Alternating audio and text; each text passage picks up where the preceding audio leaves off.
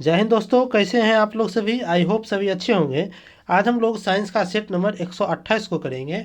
उससे पहले जो भी चैनल को सब्सक्राइब नहीं किए हैं तो वो चैनल को सब्सक्राइब कर लें तथा बेल आइकन को भी दबा दें, ठीक। और इसका पीडीएफ हमारे Telegram channel knowledge world PDF पर अपलोड कर दिया गया है और टेलीग्राम चैनल का लिंक इस वीडियो के डिस्क्रिप्शन में दे दिया गया है, ठीक ना। और जो भी पिछला वीडियो नहीं देखे हैं तो वो चैनल पर एक प्लेलिस्ट बना दिया गया है डेली साइंस प्रैक्टिस सेट नाम से। उस प्लेलिस्ट में जाकर के आप पिछला वीडियो को देख सकते हैं, ठीक। चलिए आज के पहला प्रश्न को देखते हैं, ठीक। देखिए आज का पहला प्रश्न है कि संवहन द्वारा ऊष्मा का स्थानांतरण हो सकता है किसमें। देखिए देखिए सबसे पहले समझिए कि ऊष्मा का स्थानांतरण का मुख्य रूप से कितना है, तो तीन विधि है, ठीक। तीन विधि है, ठीक। तीन विधि में कौन कौन है, देखिए पहला है आपको चालन, दूसरा है आपको संवहन और तीसरा क्या है, तो विकिरण है। चालन, संवहन और विकिरण, ठीक है ना। यही तीनों नियम से जो है ना ऊष्मा का संचरण होता है, ठीक। देखिए चालन के द्वारा किस में संचरण होता है, ये देखिए ठोस में होता है चालन, ठीक ना। अब देखिए संवहन जो होता है ये द्रव और गैस में होता है, ठीक ना। द्रव एंड गैस में होता है। और विकिरण, विकिरण में क्या होता है, इसके लिए कोई माध्यम की आवश्यकता नहीं होती है, ठीक ना। देखिए चालन में क्या होता है कि जैसे देखिए किसी ये जो हमेशा ठोस में ही होगा चालन, ठीक। देखिए जैसे ये ठोस है कोई, ठीक। देखिए इसमें चालन क्या होगा, देखिए यहाँ पर अगर हम टेम्परेचर देते हैं तो यहाँ का जो कण है ना ये गर्म हो जाएगा, ठीक। और इसके जस्ट बगल वाला कण को गर्म कर देगा, ठीक ना। ऐसे होते होते ये पूरा गर्म हो जाएगा, ठीक ना। चालन में यही होता है, ठीक ना। लेकिन संवहन में क्या होता है कि देखिए ये एक दूसरे का कण जो है ना आपको स्थानांतरित होते रहता है, ठीक। देखिए संवहन किस में होता है, तो ये होता है आपको द्रव और गैस में होता है, ठीक। तो देखिए एक कंटेनर है, ठीक। इसमें क्या है, आपको पानी रखा हुआ है, ठीक। पानी रखा हुआ है तो नीचे से स्टोव जला करके इसमें टेम्परेचर दिया जाता है तो क्या होता है, देखिए सबसे पहले देखिए नीचे वाला कण गर्म होगा, ठीक। जब ये गर्म हो जाएगा तो ये हल्का हो जाता है, ठीक। हल्का होकर कहाँ चला जाता है, तो ये ऊपर चला जाता है, ठीक। अब फिर देखिए यहाँ ऊपर चला आया, ठीक। और ऊपर वाला कण जो है नीचे चला आता है, ठीक। ऐसा ही जो है ना इसका प्रक्रिया चलते रहता है, ठीक ना। मतलब क्या होगा, इसका कण जो है ना एक दूसरे स्थानांतरित होता रहता है, ठीक ना। तो देखिए यहाँ क्वेश्चन में क्या पूछा है कि संवहन द्वारा ऊष्मा का स्थानांतरण हो सकता है, ठीक। तो ऊष्मा का स्थानांतरण नहीं हुआ, ठीक। तो किस किस में होता है, तो ये आपको गैस और द्रव में होता है, ठीक। तो किस ऑप्शन में दिया है, तो ये आपको ऑप्शन नंबर सी में दिया हुआ है, गैस और द्रव में, ठीक। चलिए अगला प्रश्न है कि किसी वस्तु के त्रिविमीय यानी कि थ्री डायमेंशनल प्रतिबिंब को मतलब प्रतिरूप को अंकित या पुनरावृत्ति करने की तकनीकी का नाम क्या है, ठीक है। मतलब कि कोई भी वस्तु है, ठीक, उसको हमको थ्री डायमेंशनल बनाना है, ठीक। मतलब उसको जो है ना आपको त्रिविमीय बनाना है, ठीक। तो उसमें किसको अंकित किया जाता है कि ये जो है आपको होलोग्राफी के द्वारा किया जाता है, ठीक। जो किस ऑप्शन दिया है, ऑप्शन नंबर डी में दिया आपको होलोग्राफी, ठीक। देखिए जो होलोग्राफी पद्धति है ये देखिए आपको लेजर किरणों के द्वारा इसमें जो है ना इसमें किया जाता है इसको, ठीक। मतलब कि लेजर किरणों के द्वारा जो है इसमें लेजर किरणों का प्रयोग किया जाता है, ठीक। देखिए अगला प्रश्न है कि धूप से बचने के लिए छाते में रंग संयोजन निम्न में से कौन सा उचित है, ठीक है। कि धूप वाला छाता होगा तो उसमें संयोजन रंग कैसे होगा, ठीक। देखिए सबसे पहले देखिए कि छाता में जो है मुख्य रूप से आप देखे होंगे कि या तो काला रंग का छाता आता है या तो उजला रंग का ज़्यादा आता है, ठीक। आजकल तो डिजाइनर भी आने लगा है फैशन वाला छाता, तो उसका बात छोड़िए, ठीक ना। तो यह देखिए काला रंग में क्या होता है कि काला रंग क्या करता है कि हमेशा जो है ना आपको जितना भी किरण आता है यानी कि जितना भी सूर्य से जो है आपको किरण आता है श्वेत रंग उसको जो है ना पूर्ण रूप से क्या करता है, ये आपको अवशोषित कर लेता है। जितना भी किरण आया, ठीक ना, सबको ये क्या कर लेता है, आपको अवशोषित कर लेता है। इसका गुण ही होता है कि सबको अवशोषित कर लेता है, ठीक ना। लेकिन उजला प्रकाश, उजला क्या होता है, उजला रंग का कोई भी पदार्थ है तो क्या करेगा कि जितना भी आएगा ना उसमें प्रकाश उसको जो है ज़्यादातर ये जो है ना परावर्तित करने का गुण रखता है, ठीक ना। ये बहुत ही कम अवशोषित करता है, ठीक ना। इसी कारण देखिए कि जो होता है आपको देखिए जो होता है आपको धूप वाला छाता उसमें क्या होता है कि ऊपर का जो कलर ऊपर का जो रंग रहता है ना, यहाँ देखिए ब्लैक दिया हुआ है तो ऊपर का रंग होता है ना ये वाला, इसको जो है ना आपको उजला दिया जाता है, ठीक है ना। उजला इसी कारण दिया जाता है क्योंकि ये धूप में चलेगा छाता, ठीक। तो धूप में चलेगा तो होगा क्या कि इसमें जो है ना जब लाइट पड़ेगा तो ये लाइट क्या करेगा, आपको ये रिफ्लेक्ट हो जाएगा, ठीक। लाइट रिफ्लेक्ट हो जाएगा यहाँ से, ठीक, रिफ्लेक्ट हो जाएगा। मतलब क्या होगा कि यहाँ पर जो है ना ये टिकेगा नहीं, ठीक। यहाँ पर लाइट क्या होगा आपको टिकेगा नहीं, ठीक है। टिकेगा नहीं, जाके उसे अवशोषित नहीं करेगा तो क्या होगा यहाँ पर हमको गर्मी कम लगेगा, ठीक है ना। इसी कारण से जो है ना इसमें ऊपर में क्या दिया जाता है, उजला दिया जाता है धूप से बचने के लिए छाता में, ठीक ना। और नीचे के पृष्ठ पर क्या रहता है, तो काला रहता है, ठीक ना। तो ये देखिए किस ऑप्शन में दिया हुआ है, तो ये देखिए ऑप्शन नंबर ए में ही दिया हुआ है कि ऊपर काला नीचे उजला, नहीं गलत दिया हुआ है, ठीक ना। बी में दिया हुआ है कि ऊपर उजला और नीचे काला, ठीक है। तो इसका उत्तर क्या जाएगा, ऑप्शन नंबर बी हो जाएगा कि ऊपर में जो है ना उजला रहता है कलर का, ठीक ना, और नीचे क्या रहता है आपको काला रहता है, ठीक। चलिए अगला प्रश्न है कि आकाश नीला दिखाई पड़ता है क्यों।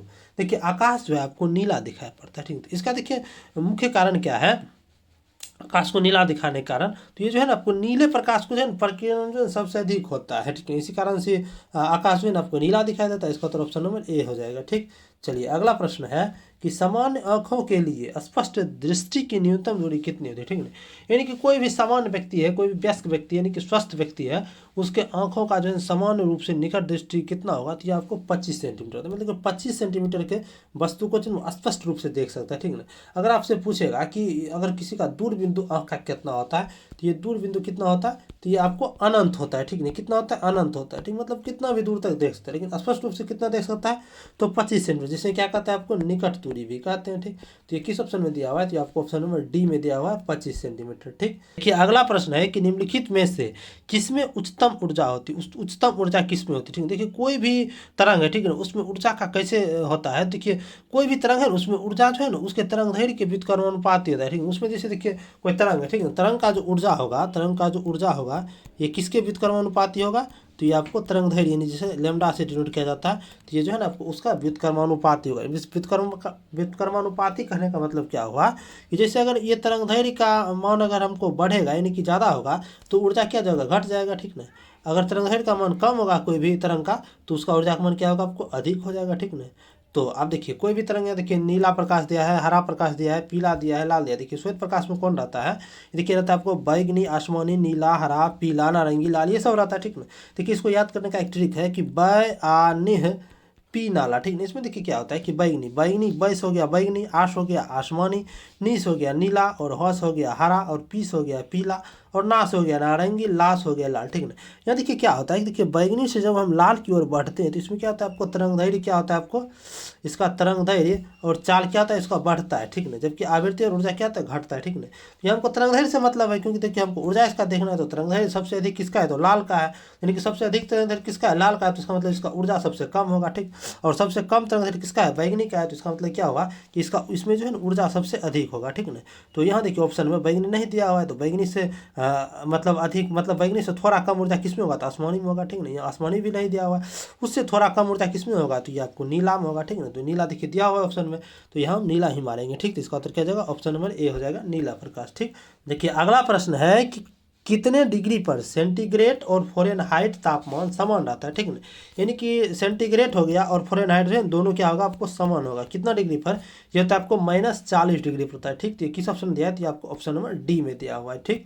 चलिए अगला प्रश्न है कि थर्मोस्टेट का प्रयोजन क्या है, ठीक। थर्मोस्टेट क्या करता है, ये जो आपको तापमान को स्थिर रखता है, ठीक। तो इसका उत्तर क्या आ जाएगा, ऑप्शन नंबर सी में दिया हुआ है, क्या होता है, वो तापमान को ये स्थिर रखता है, ठीक है। इससे क्या होता है, इसमें जो है आपको ऊर्जा का भी बचत होता है, ठीक। चलिए अगला प्रश्न है कि एक कटा हुआ हीरा जगमगाहट के साथ चमकता है, क्यों चमकता है ऐसा, ठीक ना। कोई भी कटा हुआ हीरा देखते हैं तो चमकता है खूब, तो ऐसा क्यों चमकता है, ये जो आपको पूर्ण आंतरिक परावर्तन के कारण चमकता है। उसमें क्या होता है, आपको टोटल इंटरनल रिफ्लेक्शन होता है, ठीक ना, इसी कारण से चमकता है। तो इसका उत्तर ऑप्शन नंबर ए हो जाएगा, ठीक। चलिए अगला प्रश्न है, देखिए कथन ए में कहा है कि बड़े शीतगृह संयंत्र प्रतिष्ठित, यानी कि बड़े टाइप का जो रेफ्रिजरेंट होगा उसके रूप में जो है ना आपको अमोनिया का प्रयोग करते हैं, ठीक है ना। जबकि घरेलू प्रतिष्ठितक जो होता है, घरेलू फ्रिज होता है, उसमें सीएफसी का प्रयोग होता है, ठीक है। तो ये बात तो सही कहा है कि देखिए बड़े संयंत्र वाला होता है जो रेफ्रिजरेटर, उसमें जो है ना आपको अमोनिया गैस का प्रयोग होता है, ठीक है। जो छोटा जो होता है वो सीएफसी का प्रयोग होता है, ठीक है। तो ये सही है, ठीक ना। आर में कथन हो गया, तो अब आर देखिए कारण है, तो इसमें क्या कहा है कि अमोनिया को कम दाब एवं परिवेश ताप पर द्रवित किया जा सकता है, ठीक। देखिए अमोनिया को जो है द्रवित कैसे किया जा सकता है, तो देखिए अमोनिया को द्रवित करने के लिए उसके लिए है ना आपको उच्च दाब चाहिए, ठीक है ना, कम दाब नहीं चाहिए, ठीक है ना। यहाँ पर कैसा चाहिए, तो आपको उच्च दाब चाहिए एवं परिवेश ताप नहीं चाहिए, ठीक है ना। परिवेश ताप तो यहाँ ठीक है, लेकिन यहाँ कम दाब दे दिया है, तो यहाँ उच्च दाब होना चाहिए था, ठीक है ना। तो उच्च दाब रहता तो ये सही हो जाता, ठीक है। तो मतलब क्या हुआ कि आर गलत है, ठीक। तो ये किस ऑप्शन में दिया, देखिए मतलब कथन ए सही है और आर क्या है, गलत है। ये किस ऑप्शन में दिया है, तो आपको ऑप्शन नंबर सी में दिया हुआ है कि ए सही है परंतु आर गलत है, ठीक। तो इसका उत्तर ऑप्शन नंबर सी हो जाएगा, ठीक। चलिए अगला प्रश्न है कि निम्नलिखित कथनों पर विचार कीजिए, ठीक। देखिए कथन ए में कहा है यदि फ्रीजर पर बर्फ इकट्ठी होती है तो रेफ्रिजरेटर में शीतलन बुरी तरह से प्रभावित है। तो सही बात है, क्योंकि देखिए फ्रीजर में जो बर्फ, फ्रीजर से ही जो है ना पूरे में उसमें फैलता है वो मतलब टेम्परेचर, ठीक ना। फ्रीजर ऊपर में लगा रहता है, ठीक है ना। यहाँ पर अगर बर्फ़ इकट्ठा हो जाता है, इसमें जो है थोड़ा कम ठंडा हो जाता है, मतलब थोड़ा जो है ना इसमें दिक्कत होता है, ठीक है। ऐसा क्यों होता है, देखिए इसमें ऐसा इसी कारण होता है कि ये बर्फ़ जो जम जाता है ना, तो ये बर्फ़ जो है ना आपको ये आपको एक प्रकार के कि ये दुर्बल चालक है, ठीक, मतलब ये दुर्बल चालक है, ये जो है बढ़िया से इसको आने नहीं देता है, ठीक है। इसी कारण से ऐसा होता है, ठीक। इसका मतलब क्या हुआ कि ये तो सही है, ठीक। और आर में क्या कहा है कि बर्फ एक दुर्बल चालक, हाँ ये भी सही है। यानी क्या हुआ कि ए सही है और आर भी सही, यानी कि और आर जो है ना आपको एक आप व्याख्या भी कर रहा है, क्योंकि देखिए इसी के कारण ऐसा होता है, ठीक है।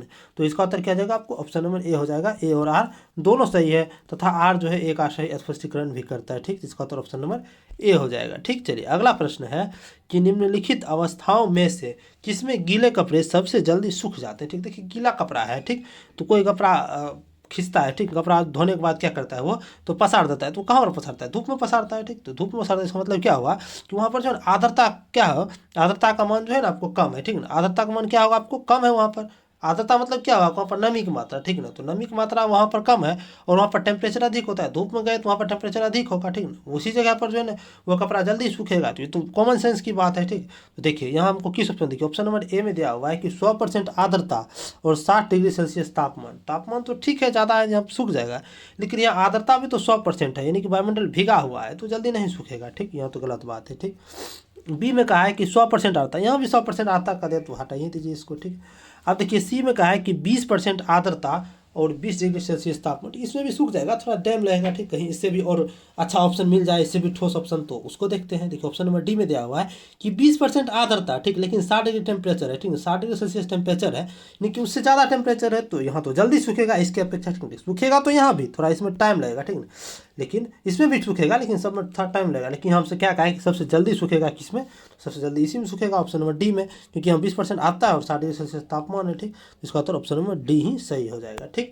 चलिए अगला प्रश्न है कि यदि किसी ऐनक के लेंस की पावर अगर +2 डायोप्टर हो तो इसके फोकस की दूरी क्या होगी, इसकी फोकस दूरी क्या होगी, ठीक है। देखिए कोई भी लेंस है, ठीक है, उसका जो पावर होता है उसे पी से डिनोट किया जाता है, ठीक है। देखिए पी बराबर क्या होता है, फार्मूला 1/f होता है, ठीक। तो 1/f होता है, यानी क्या होगा कि पी होगा आपको पावर हो गया और एफ क्या हो गया आपका फोकस दूरी हो गया, ठीक है ना। तो ये हमसे क्या पूछा है, हमको पावर दे दिया है +2 डायोप्टर और यहाँ हमसे फोकस दूरी पूछा है, यानी एफ बराबर क्या हो जाएगा आपको 1/f हो जाएगा, ठीक ना। ये कब होता है, जब देखिए मीटर में कोई मान रहता है, ठीक। यहाँ देखिए आपको सेंटीमीटर में फोकस निकला है, ठीक। तो सेंटीमीटर में फोकस निकालने के लिए इसको हम 100 से गुना कर देंगे, तो 100 ऊपर में कर देंगे, तो यहाँ हमको एफ बराबर क्या हो जाएगा 100 बटा पी हो जाएगा, ठीक ना। तो 100 बटा पी हमको कितना है, तो 2 डायोप्टर है, ठीक। तो कितना हो जाएगा आपको 50 हो जाएगा, यानी कि 50 सेंटीमीटर हो जाएगा, ठीक। तो इसका उत्तर क्या आ जाएगा 50 सेंटीमीटर। ये किस ऑप्शन में दिया है, तो ऑप्शन नंबर सी में दिया हुआ है, ठीक। चलिए अगला प्रश्न है कि यदि यदि अगला प्रश्न है कि निम्नलिखित धातु युगों में से किस एक में क्रमशः सबसे हल्की धातु तथा सबसे भारी धातु है, ठीक है। यानी कि इस में से कौन सा युग है जिसमें कि सबसे हल्की धातु है और सबसे भारी धातु है। देखिए सबसे हल्की धातु कौन है, तो सबसे हल्की धातु आपको लिथियम है, तथा सबसे भारी धातु कौन है, तो ओस्मियम है, ठीक। ये देखिए किस ऑप्शन में, देखिए ऑप्शन नंबर बी में दिया हुआ है, हल्की धातु जगह पर लिथियम और भारी धातु जगह पर क्या दिया है, ओस्मियम दिया हुआ है, ठीक। तो इसका उत्तर क्या जाएगा, ऑप्शन नंबर बी हो जाएगा, ठीक। चलिए अगला प्रश्न है कि निम्नलिखित में से कौन सा कण आवेश रहित है, यानी आवेश रहित है मतलब क्या होगा, कोई एक प्रकार का उदासीन कण है, ठीक। देखिए ये जो आपको न्यूट्रॉन है, ठीक। तो इसका उत्तर क्या जाएगा, ऑप्शन नंबर सी हो जाएगा। न्यूट्रॉन कैसा है आपको, ये उदासीन कण है, ठीक। तो न्यूट्रॉन जो है ये आपको विद्युत का उदासीन कण है, ठीक। और इसका द्रव्यमान क्या होता है कि प्रोटॉन के द्रव्यमान के लगभग बराबर होता है, ठीक। देखिए न्यूट्रॉन का खोजा था कौन, तो ये खोजा था आपको जेम्स चैडविक ने, ठीक ना। किसने खोजा था, तो जेम्स चैडविक ने खोजा था। तो ये कब खोजा था, तो ये आपको 1932 ईस्वी में खोजा था, ठीक। चलिए अगला प्रश्न है कि निम्नलिखित में से कौन सा पदार्थ पृथ्वी पर प्राकृतिक रूप से पाए जाने वाला सबसे कठोर पदार्थ है, ठीक है। यानी कि पृथ्वी पर जो है आपको प्राकृतिक रूप से सबसे कठोर पाए जाने वाला कौन होगा, देखिए एम ग्रेफाइट दिया हुआ है, बी में दिया आपको बुटजाइट बोरोन नाइट्राइड, सी में दिया है लोहा और डी में दिया हीरा। तो यहाँ देखिए सब जानता है कि हीरा जो है प्राकृतिक रूप में सबसे अधिक कठोर पाया जाने वाला पदार्थ है, ठीक। तो इसका उत्तर क्या हो जाएगा, ऑप्शन नंबर डी हो जाएगा हीरा, ठीक है।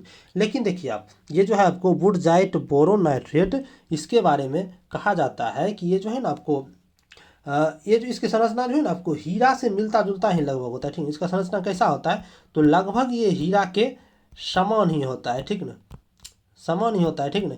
और ये इसके बारे में ऐसा भी माना जाता है कि हीरा की तुलना में जो है ना आपको ये अधिक कठोर है, ठीक ना। ये कैसा है, तो ये आपको हीरा की तुलना में अधिक कठोर इसको माना जाता है, ठीक ना। और ये जो है ना लगभग हीरा अगर जितना ये प्रेशर को जितना ये तनाव को सह सकता है उससे ये जो है 18% अधिक तनाव को सह सकता है, ठीक ना। अब फिर भी जो है इसको सबसे कठोर पदार्थ में क्यों नहीं लिया जाता है, क्योंकि देखिए यहाँ हमसे पूछा है प्रकृति रूप में, ठीक है, तो यह प्राकृतिक रूप में जो है ना ये बहुत नगण्य मात्रा में पाया जाता है, ठीक नहीं ही पाया जाता है, इसी कारण इसको नहीं लिया गया, ठीक ना। अगर प्राकृतिक नहीं बोलता तो ये हो सकता था, ठीक ना। तो इसका उत्तर ऑप्शन नंबर डी हीरा ही होगा, ठीक। चलिए अगला प्रश्न है कि निम्न धातुओं में से कौन सामान्य ताप पर द्रव रहता है, ठीक ना। धातु कौन है जो कि सामान्य तापमान, कहने का मतलब यहाँ क्या हुआ कि रूम टेम्परेचर, ठीक ना। तो रूम टेम्परेचर पर भी ये क्या होता है, द्रव अवस्था में रहता है, तो ये आपको पारा है, ठीक। तो ये किस ऑप्शन में दिया है, तो ऑप्शन नंबर बी में दिया है पारा, ठीक ना। लेकिन एक अधातु भी है जो कि रूम टेम्परेचर पर क्या होता है, द्रव अवस्था में रहता है, तो वो कौन सा है, तो वो आपको ब्रोमीन है, ठीक। चलिए अगला प्रश्न है कि टूटी हुई हड्डी की रक्षा के लिए प्लास्टर ऑफ पेरिस का उपयोग होता है, तो यह क्या है, ठीक ना।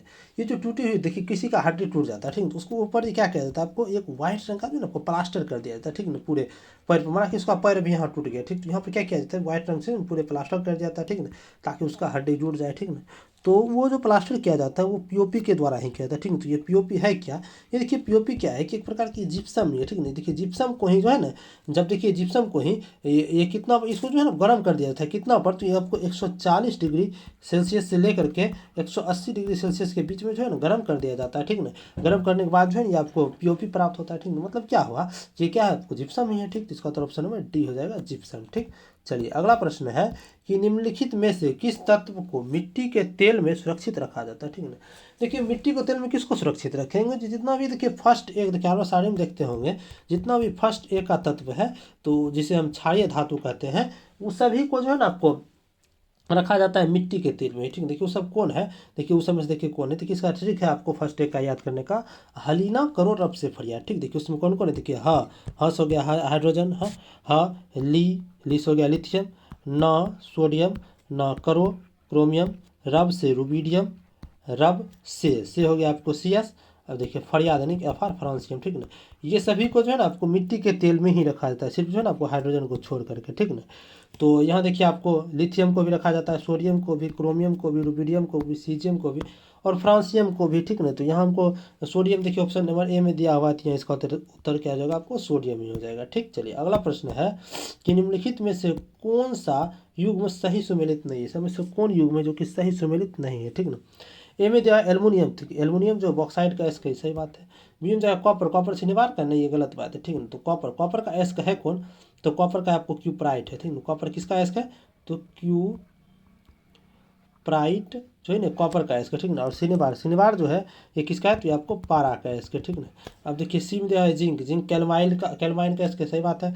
टी में आयरन दिया हुआ है, आयरन हेमेटाइट का ये भी सही है, ठीक ना। यहाँ हमसे गलत पूछा है, ये सुमेलित नहीं पूछा है, तो ये देखिए बी नंबर ही सुमेलित नहीं है, ठीक। चलिए अगला प्रश्न है कि परमाणु जिनमें कि प्रोटॉन की संख्या समान परंतु न्यूट्रॉन की संख्या भिन्न भिन्न होती है, तो उसे क्या कहते हैं। यानी कहने का मतलब क्या है कि प्रोटॉन की संख्या समान होगा, न्यूट्रॉन की संख्या क्या होगा, भिन्न भिन्न होगा। प्रोटॉन की संख्या मतलब क्या होगा, उसका परमाणु संख्या, प्रोटॉन संख्या एंड परमाणु संख्या के बराबर होता है, ठीक ना। उसका परमाणु संख्या बराबर मतलब संख्या समान है, परंतु उसका न्यूट्रॉन क्या है, तो भिन्न भिन्न है, तो ये क्या हो जाएगा, तो परमाणु संख्या मेन रूप से समान है, यहाँ ये समस्थानिक हो जाएगा, ठीक। तो किस ऑप्शन में दिया है, तो आपको ऑप्शन नंबर डी में दिया हुआ समस्थानिक, जो कि आइसोटॉप्स कहते हैं इसको, ठीक। तो इसका उत्तर ऑप्शन नंबर डी हो जाएगा, ठीक। चलिए अगला प्रश्न है कि जंतु विज्ञान यानी कि जूलॉजी अध्ययन करता है किस चीज़ को। देखिए जूलॉजी जो है आपको अध्ययन करता है जंतु को, सब जानता है, लेकिन जंतु में देखिए ये जीवित जंतु का या मृत जंतु हो, दोनों का ये अध्ययन करता है, ठीक। तो इसका उत्तर क्या आ जाएगा, option number C, option number किधर गया, इसका उत्तर क्या आ जाएगा, आपको ऑप्शन नंबर सी हो जाएगा, जीवित व मृत जानवर दोनों को ये जो है ना आपको अध्ययन करता है इसके द्वारा, ठीक ना। पूछेगा आपको जूलॉजी का फादर ऑफ जूलॉजी किसे कहा जाता है, तो ये आपको अरस्तु को कहा जाता है, ठीक ना। अरस्तु जो है ये फादर ऑफ जूलॉजी यानी कि जीव विज्ञान का ये जनक है, ठीक। चलिए अगला प्रश्न है कि किसी परमाणु नाभिक का आइसोटॉप वह नाभिक है जिसमें क्या होता है। अभी तुरंत देखे थे आइसोटॉप के बारे में कि जो है उसमें जो है ना आपको प्रोटॉन की संख्या समान और न्यूट्रॉन की संख्या भिन्न भिन्न होता है, ठीक ना। तो इस किस ऑप्शन में जाए, देखिए आपको ऑप्शन नंबर बी में दिया हुआ है कि प्रोटॉन की संख्या वही रहेगी परंतु न्यूट्रॉन की संख्या क्या होती है, भिन्न होती है, ठीक। तो इसका उत्तर ऑप्शन नंबर बी हो जाएगा, ठीक। चलिए अगला प्रश्न है कि सूची 1 को सूची 2 के साथ सुमेलित कीजिए और कूट का प्रयोग करते हुए सही उत्तर का चयन कीजिए, ठीक। देखिए सूची 1 के ए में दिया हुआ है पक्ष, ठीक। देखिए पक्षिक जो है आपको ऑर्निथोलॉजी के साथ मिल जाएगी। देखिए पक्षी का अध्ययन क्या कहलाता है आपको, ऑर्निथोलॉजी कहा जाता है। ठीक, तो ए मिल गया 3 के साथ। ठीक, अब देखिए वंशागति, वंशागति का अध्ययन क्या कहा जाता है आपको, जेनेटिक्स कहा जाता है। तो ए बी मिल गया 4 के साथ। सी में दिया आपको पर्यावरण। ठीक, तो पर्यावरण का क्या कहा जाता है इसका अध्ययन को, तो इकोलॉजी कहा जाता है। तो ये मिल जाएगा 2 के साथ। डी में दिया आपको जीवाश्म। ठीक है, जीवाश्म का अध्ययन क्या कहता है आपको, पोलियो बायोलॉजी कहा जाता है। ठीक, तो इनकी डी मिल जाएगा आपको 1 के साथ। ठीक, देखिए किस ऑप्शन में दिया हुआ है कि ए का 3 देखिए यहाँ है। ठीक, बी का 4 सही है। सी का 2 देखिए सी है तो सी का 2 ठीक है। अब देखिए डी का 1 ये भी ठीक है। ठीक, तो इसका उत्तर क्या हो जाएगा, ऑप्शन नंबर बी हो जाएगा। ठीक, चलिए अगला प्रश्न है कि हड्डियों की पढ़ाई विज्ञान की किस शाखा के अंतर्गत। देखिए हड्डी को, कोई भी डॉक्टर है जो हड्डी का डॉक्टर बनता है, ऑर्थोपेडिक डॉक्टर बनता है, तो वो किसका पढ़ाई करता है। ठीक, देखिए हड्डियों को पढ़ाई करने के लिए किसका आता है, आपको इस पढ़ाई को जो है ना आपको ऑस्टियोलॉजी कहा जाता है। ठीक, तो इसका उत्तर क्या हो जाएगा, ऑप्शन नंबर डी हो जाएगा, ऑस्टियोलॉजी। इसका शाखा कौन है, तो ऑस्टियोलॉजी शाखा के अंतर्गत आता है आपको हड्डियों की पढ़ाई। ठीक, चलिए आज का अंतिम प्रश्न था। अगर आपको वीडियो अच्छा लगा हो, अगर आपको लगता है कि वीडियो आपके लिए यूजफुल है, तो आप वीडियो को ज़्यादा से ज़्यादा शेयर कर दें। और आपके पास जितना भी स्टडी रिलेटेड ग्रुप है तो उस सभी में जाकर के आप वीडियो को शेयर कर दें। ठीक, और आप चैनल को सब्सक्राइब कर लें तथा बेल आइकन को भी दबा लें। ठीक, बेल आइकन दबाने से क्या होगा कि आपको जो है ना, कोई भी अगर वीडियो हम डालते हैं, अगर चाहे चैनल पर कोई भी सूचना देते हैं, तो उसका नोटिफिकेशन जो है ना आपको सबसे पहले आप तक पहुँचेगा। ठीक ना, और इसका PDF हमारे टेलीग्राम चैनल नॉलेजबल PDF पर अपलोड कर दिया गया है, और टेलीग्राम चैनल का लिंक इस वीडियो के डिस्क्रिप्शन में दे दिया गया। ठीक है, और जो भी पिछला वीडियो नहीं देखे हैं